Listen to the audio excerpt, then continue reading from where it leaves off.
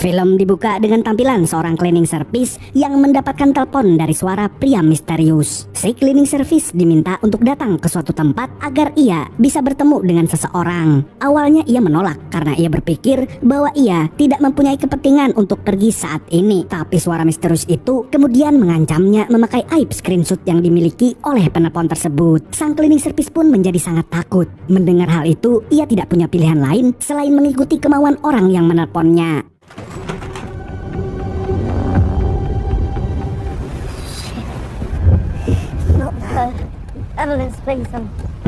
Sesampainya di tempat yang diminta, sesosok bayangan menghampirinya dari belakang dan tiba-tiba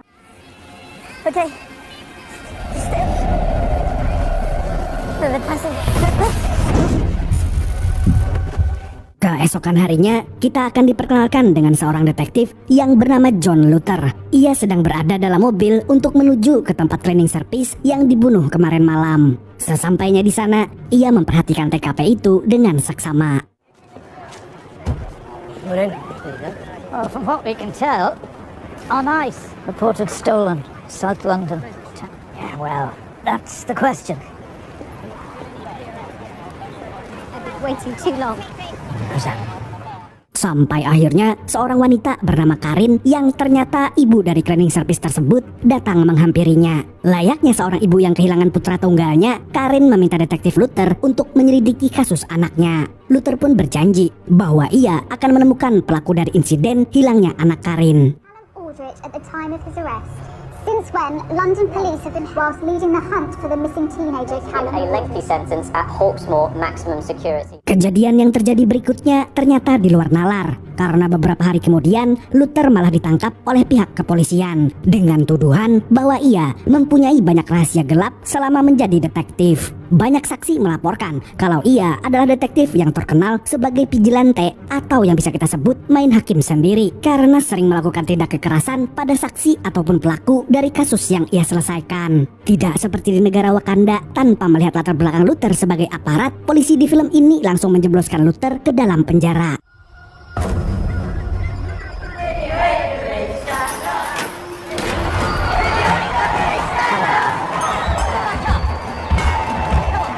Naasnya, saat di penjara Luther kembali bertemu dengan beberapa kriminal yang pernah ia ringkus dulu. Banyak dari mereka yang mengantri ingin menghajar Luther saat itu juga. Jangankan pada saat tidur, saat mandi pun Luther tidak bisa tenang. Di tempat lain, kita kembali diperlihatkan dengan Karin yang menerima telepon dari orang asing. Awalnya tidak ada suara yang terdengar di telepon itu, sampai akhirnya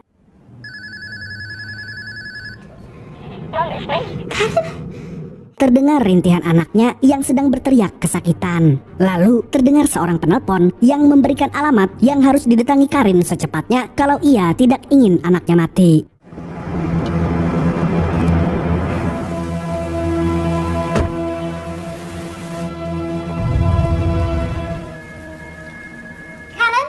Sesampainya Karin di sana, ternyata ia bukanlah satu-satunya orang yang dipanggil untuk menemui anaknya yang diculik.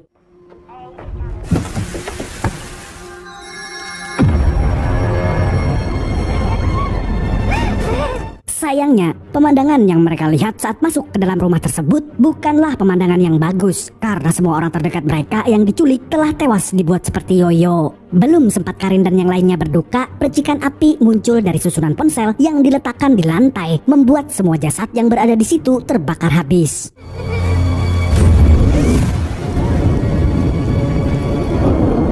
Sembari Karin dan para korban lain menangisi apa yang terjadi pada orang tercinta mereka, terlihat sesosok pria yang sangat menakutkan memamerkan dirinya di balik kaca. Ia berdandan memakai pakaian yang serba tertutup dan juga topeng yang menyerupai wajah mengerikan yang tersenyum.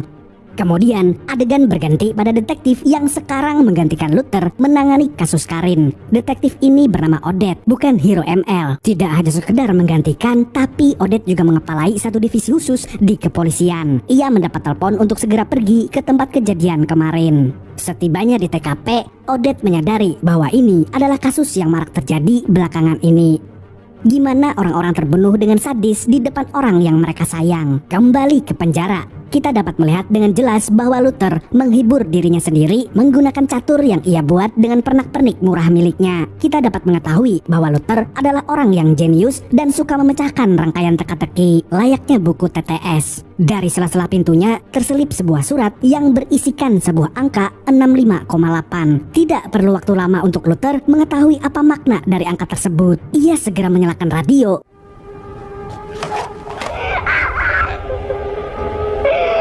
And John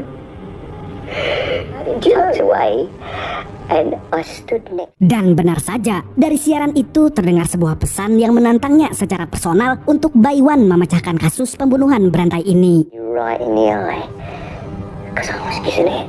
The man who knows all about the cage because I put you there. Right?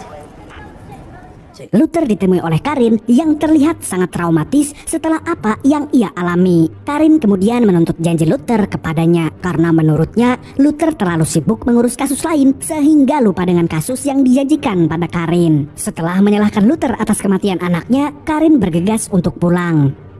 Sesampainya ia di mobil, terlihat bahwa Karin sedang bersama dengan lelaki yang bisa kita sebut dengan David tidak pakai gadgetin. Luther menghubungi kantor detektif yang dulu ia pimpin, tapi ternyata yang merespon itu adalah Odette. Karena tidak punya waktu banyak, Luther menjelaskan apa yang ia ketahui pada Odette. Alih-alih membantu Luther, Odette malah melaporkan ke pihak penjara bahwa Luther menyembunyikan ponselnya di bilik penjara. Menyadari bahwa Odette tidak bisa ia andalkan, Luther mematikan teleponnya dan kembali menelpon salah seorang teman terdekatnya. Teman terdekatnya ini adalah mantan agen CIA yang membersihkan semua berkas kejahatan vigilante Luther. Kali ini Luther memohon untuk dibantu agar ia bisa dengan mudah bebas dari penjara. Mendengar permohonan Luther, teman baiknya itu tidak mempunyai pilihan lain selain membantunya.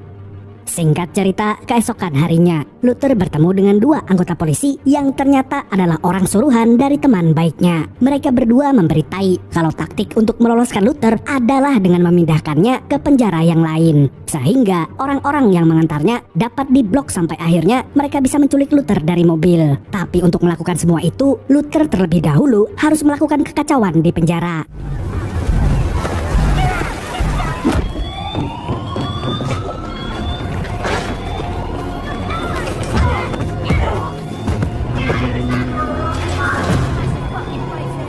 Beberapa saat kemudian, kedua polisi bawahan teman baik Luther pun beraksi. Mereka berhasil membuat kegaduhan di penjara, lalu membuat pintu penjara Luther terbuka. Akan tetapi, semuanya berjalan di luar dugaan. Para kriminal yang ingin memenggal kepalanya sudah mengantri di depan pintu.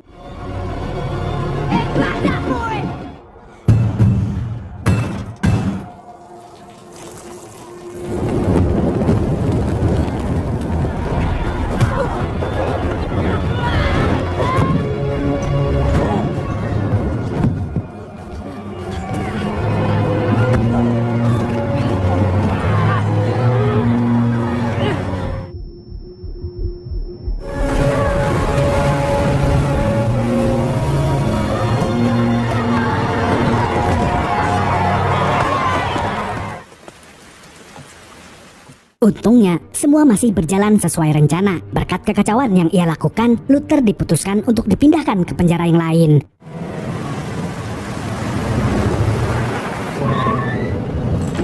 Di persimpangan jalan, terjadi penyerangan pada mobil yang membawa Luther. Dan dari situlah kita tahu bahwa rencana Luther ternyata berhasil. Luther dibawa pergi ke markas bawah tanah yang sering ia pakai. Di sana, ia diberikan beberapa alat dan transportasi untuk melakukan misinya secara mandiri. Sesudah menolong Luther, teman baiknya itu membuat Luther berjanji bahwa ia akan membongkar kasus ini dan membuat pelakunya itu sangat menderita. Usut punya usut, ternyata teman baik Luther mempunyai masalah dengan orang-orang yang berjiwa psikopat seperti pelaku yang sedang diburu Luther. Maka dari itu, ia mau membantu Luther tanpa dibayar sepeser pun. Di kantor polisi, Odette mendapatkan kabar bahwa Luther berhasil lolos. Ia kemudian memberitahukan hal itu pada anak buahnya yang bernama Archie.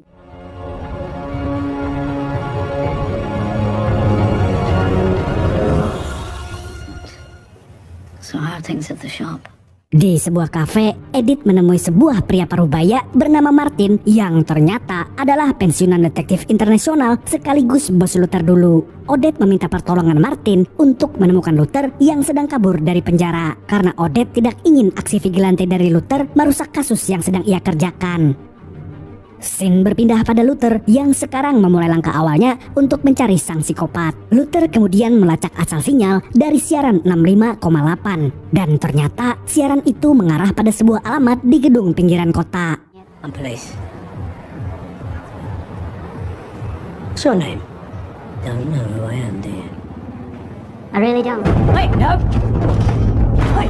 Sesampainya Luther di sana, dia menemui seorang penyiar yang bertanggung jawab kepada siaran itu. Awalnya penyiar itu tidak mengakui perbuatannya, tetapi saat ia mendengar Luther mengatakan bahwa ia adalah John Luther, penyiar itu lari terjungkang-terjung palit alias terbirit-birit karena ia mengetahui sosok John Luther yang sangat brutal dan suka main hakim sendiri.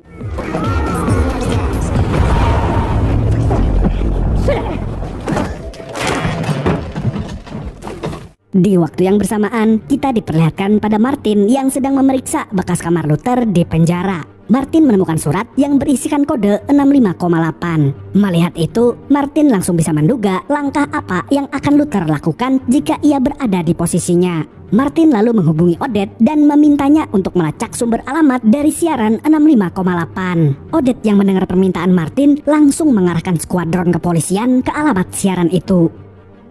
Kita kembali diperlihatkan pada Luther yang sudah berhasil menangkap sang penyiar. Awalnya Luther memakai cara yang terbilang sangat kejam untuk menginterogasi sang penyiar. Tapi ia sadar bahwa cara itu bisa mengembalikannya ke dalam penjara. Jadi kali ini ia mencoba cara yang lebih halus. Walaupun terasa agak sulit baginya, tapi Luther berhasil mendapatkan informasi mengenai psikopat yang membunuh orang-orang di kota.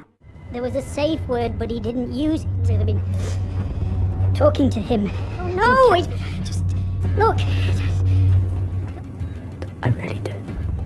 Orang itu ternyata menggunakan aib sang target untuk menjadi bahan ancaman agar korban patuh pada setiap perintah yang diucapkan oleh si psikopat. Sang penyiar mengaku bahwa awalnya sang psikopat itu adalah teman internet yang sangat baik, sehingga ia terbuai untuk membeberkan masalah dan rahasianya kepada orang itu. Tapi ternyata semua rahasia yang diucap oleh sang penyiar malah dijadikan senjata untuk mengancamnya agar ia bisa menjadi kaki tangan dari psikopat tersebut. Dan sebelum ia pergi, Luther meminta nomor psikopat dari sang penyiar.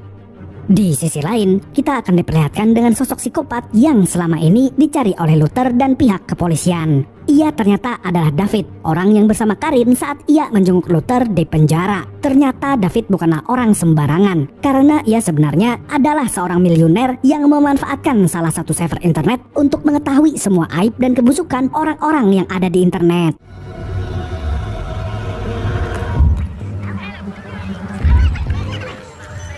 So what do you want to be?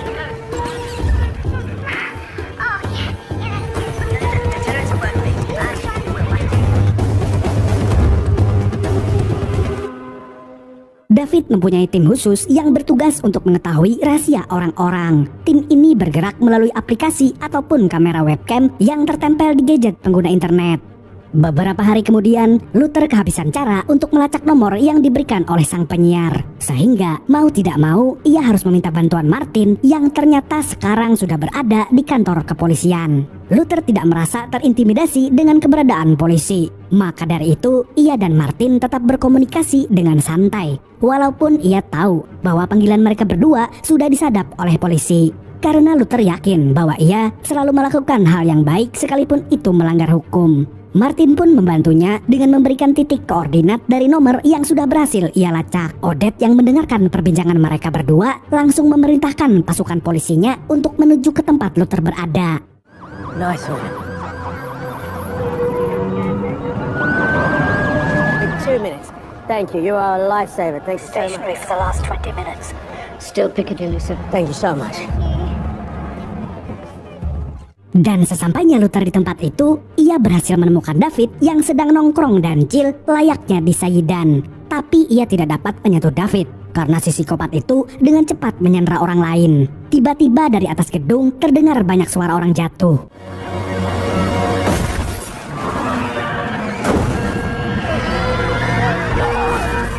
David menggunakan kesempatan itu untuk melarikan diri dari Luther. Dan terjadilah adegan kejar-kejaran antara mereka berdua.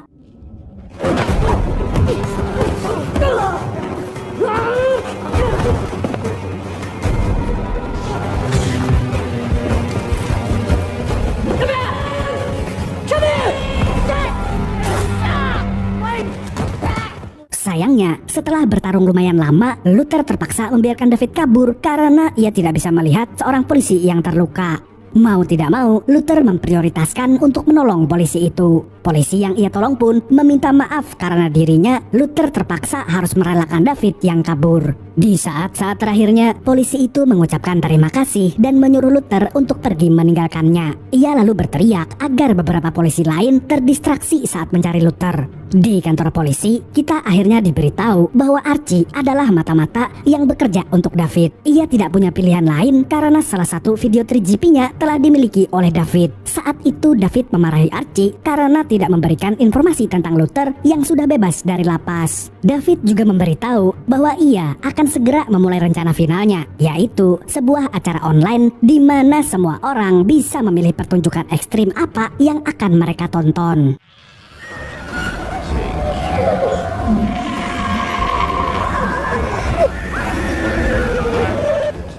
Kita kembali pada Luther yang ternyata terluka saat bertarung dengan David. Ia kembali ke tempat persembunyiannya sambil menelpon Martin untuk diberitahu informasi penting. Mengetahui bahwa apa yang dikerjakan oleh Luther selama ini membuahkan hasil, Martin menanyakan identitas dari psikopat yang Luther kejar. Luther pun menjelaskan tentang semua yang ia ketahui mengenai sang psikopat. Seisi kantor polisi yang mendengarkan penjelasan Luther terdiam pelongak-pelongo karena mereka sendiri pun belum pernah mendapatkan informasi tentang hal itu. Ini membuktikan bahwa Luther adalah detektif yang jauh lebih hebat daripada orang lain. Have you been in bed all day? Di suatu tempat, kita diperkenalkan dengan seorang gadis yang bernama Anya. Ia terbangun setelah ditelepon oleh ibunya yang ternyata adalah Odette. Tak lama setelah menutup telepon ibunya, Anya merasa bahwa ada sosok yang berusaha mengintainya dari luar rumah. Dengan cepat, ia pun bergegas untuk mengunci pintu rumahnya. Tapi sayangnya, suara tersebut terdengar sudah berada di dalam rumah.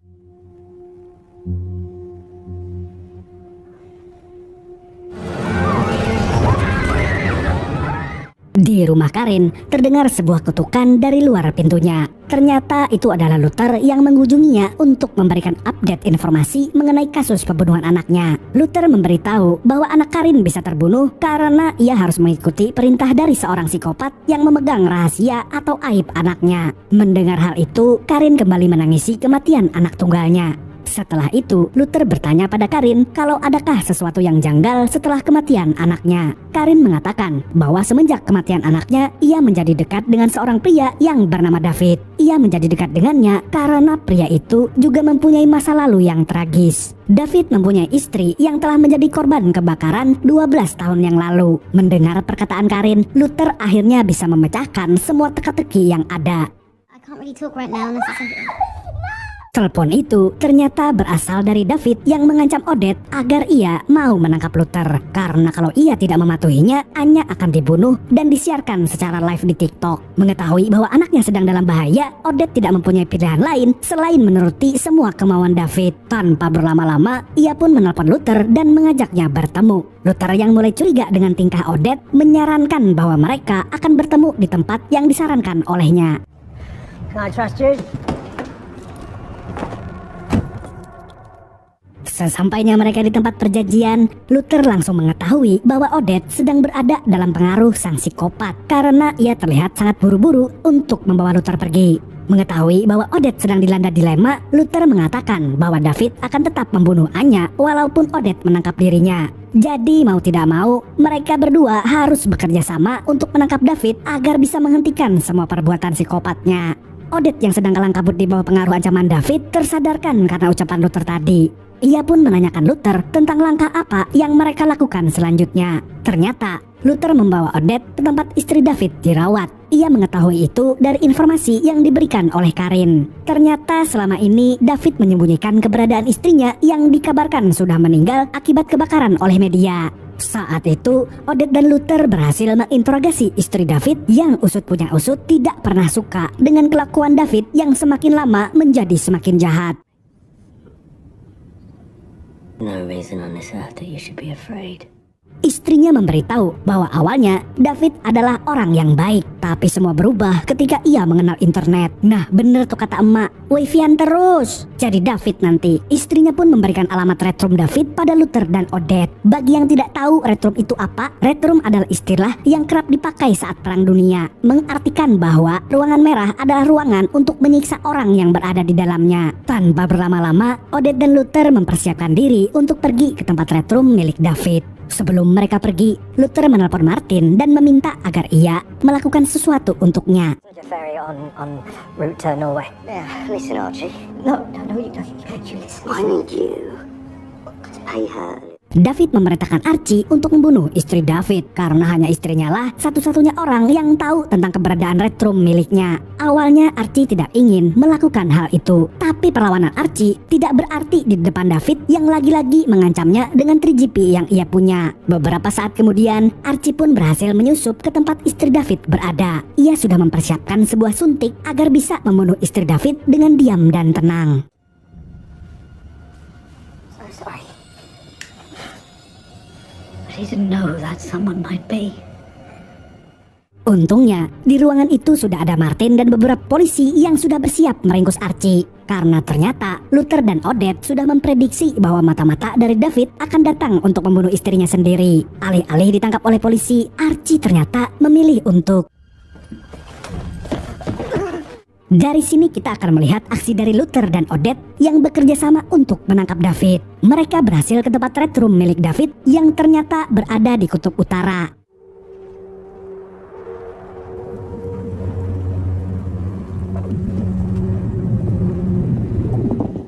Di tengah perjalanan, Luther memperhatikan bahwa ternyata balok es yang mereka pijaki adalah tumpukan mayat yang sudah membeku. Dari situ, Luther mengetahui kalau korban David selama ini ternyata sudah sangat banyak. Dari kejauhan, mereka melihat sebuah rumah megah yang berdiri di antara bukit es. Sesaat setelah mereka memasuki rumah, Odette mendengar suara teriakan anak gadis yang ternyata seperti suara Anya. Odette yang menghampiri suara itu harus menerima kenyataan bahwa ternyata satu-satunya anak yang ia sayangi sudah meninggal dan dijadikan layaknya Yoyo. Karena Odette yang kena mental setelah melihat keadaan anaknya, Luther memutuskan untuk melanjutkan perjalanannya sendiri.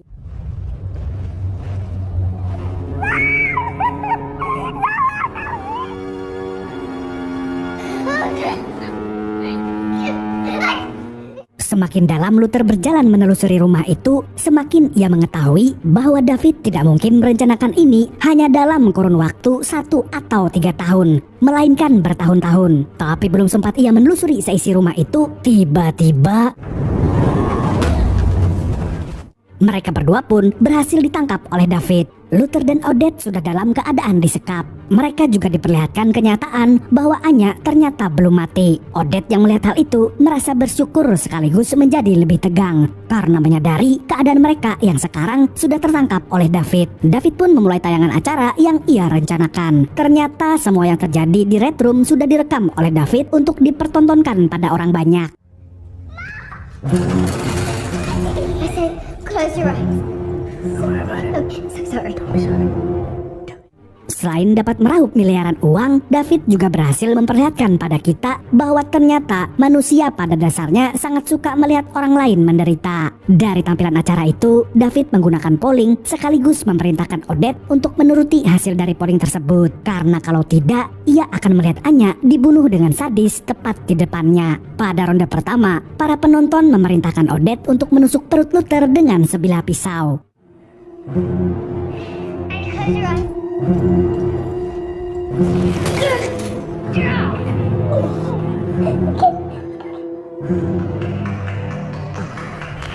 We were allowed to hurt, and by telling themselves that we're the wicked ones.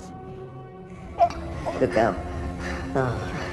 Dolar kuning nih. Ronde kedua segera dimulai. Kali ini Luther diminta untuk memukul kaki Odette memakai martil, tapi berbeda dengan Odette. Ia dengan cerdik balik mengancam para penonton. Luther berkata bahwa semua IP orang yang menontonnya sedang dilacak oleh pihak kepolisian, sehingga bisa dicari dan ditangkap saat itu juga. Mendengar perkataan Luther itu, semua orang menjadi sangat takut dan berhenti menonton acara yang dilakukan oleh David. Your stupid little face after telling us. It's okay.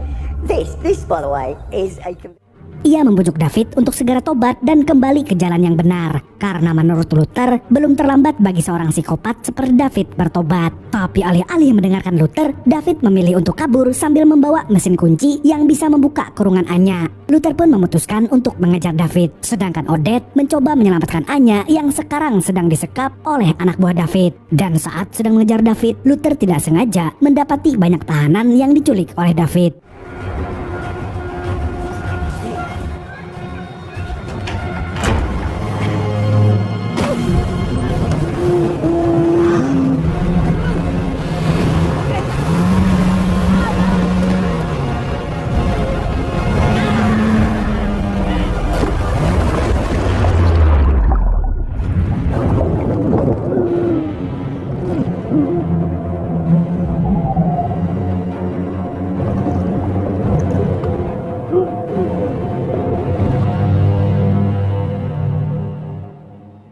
Akhirnya terjadi adegan kejar-kejaran antara Luther dan David yang berujung pada tabrakan maut dari mobil yang dibawa oleh David. David pun terlempar dan tenggelam di dalam dinginnya es kutub utara. Luther yang juga tenggelam bersama David tidak menyerah untuk mencari mesin kunci yang dibawa oleh David. Untungnya di penghujung kesadarannya, Luther berhasil mendapatkan mesin kunci itu. Odette dan Anya yang sedang terkurung di Red Room yang sudah mulai terbakar akhirnya bisa lolos setelah Luther membukakan mereka pintu. Mereka juga berhasil lari dari anak buah David yang menyekap Anya. Tak berselang lama dari aksi menegangkan Odette dan Luther, datang sebuah helikopter kepolisian yang dipimpin oleh Martin untuk mengevakuasi mereka. Martin memberitahukan pada Luther kalau setelah semua apa yang ia perbuat, Luther tetap harus menerima ganjaran dari semua aksinya yang melanggar hukum. Film berakhir dengan Luther yang ternyata tidak dipulangkan ke penjara, melainkan dirawat di suatu tempat rahasia milik pemerintah. Setelah dirawat beberapa hari, ia tersadar dan bertemu lagi dengan Martin. Tapi kali ini, Martin memberitahu bahwa Luther tidak jadi di penjara karena identitasnya telah dihapus. Ia juga harus bertemu dengan orang yang akan memberikan ia misi yang sangat istimewa. Dan itulah awal mula cerita dari legenda John Luther. Tamat! Film ini mengajarkan pada kita kalau semua manusia pada akhirnya terbukti memiliki sisi jahat dan aib yang harus disembunyikan. Entah itu sudah membayar pajak atau belum, tidak ada yang tahu. Segitu dulu untuk kali ini. Saya Tobi mewakili orang-orang yang baru saja membuka kaleng kongguan. Ternyata isinya malah kerupuk hangus. Ini pengalaman nyata dari Kang Naskah ini mesti. Bilianus Octavianus Yanto. Saya Tobi pamit undur diri dan mengucapkan sampai jumpa di video selanjutnya.